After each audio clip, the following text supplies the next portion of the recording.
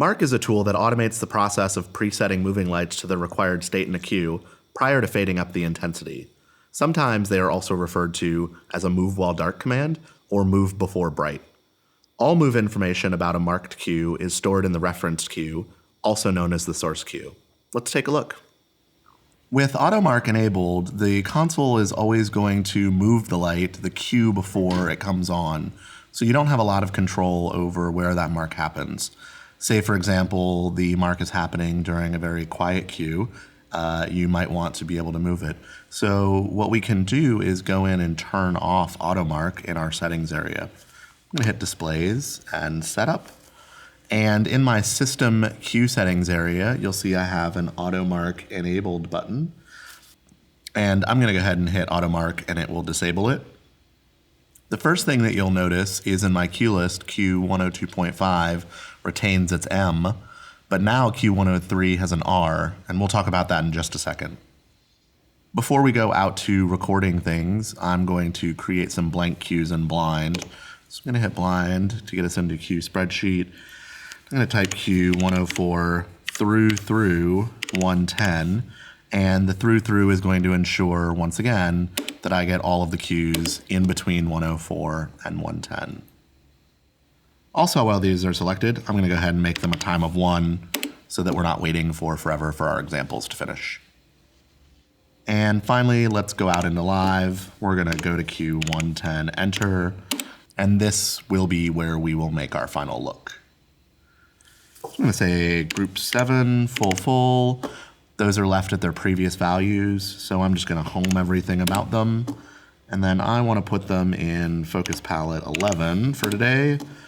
And I'm also going to give them a zoom of 19 degrees. We'll zoom them out. And I'm going to put them in color palette 5. So that's the look that I want for 110. I'm going to update enter to store those changes. And in the flags column area, you'll notice the MV column, which stands for moves, and I have an L in that column.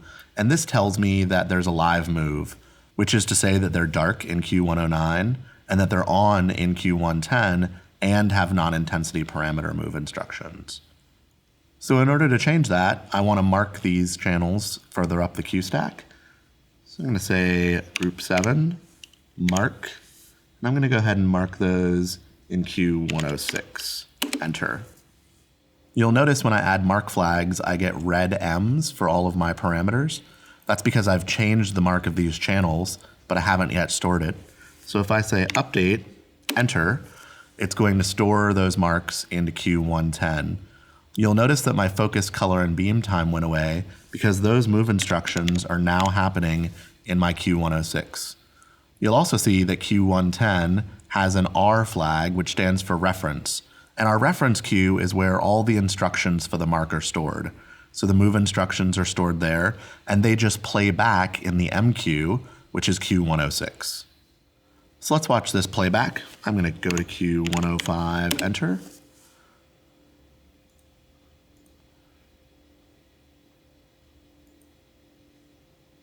And as soon as that's complete, I'm going to hit go. Again, you'll notice 121 through 128 take their marks. I'm going to hit go on 107. Those values track. And then finally, when I'm ready for those lights to come up, they're already in position. If I want to see where a mark is taking place, I can just hold about and hit my mark key, and it'll show me that this is marking in Q106. Sometimes I want to change where a mark is happening.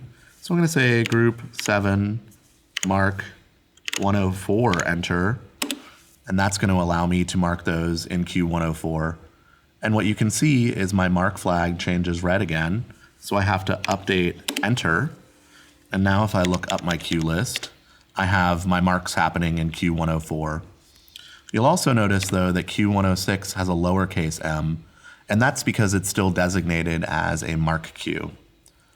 When you give channels a destination queue to mark in, like we did with 121 through 128, when we told it to mark in Q106, it designated that as a mark queue, and because there were channels marking in that queue, that M was capitalized.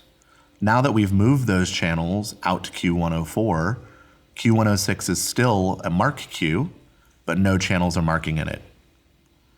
A different way of setting up your mark queues is as you're building. So let's say Q106 was a blackout. I can say Q106 mark enter.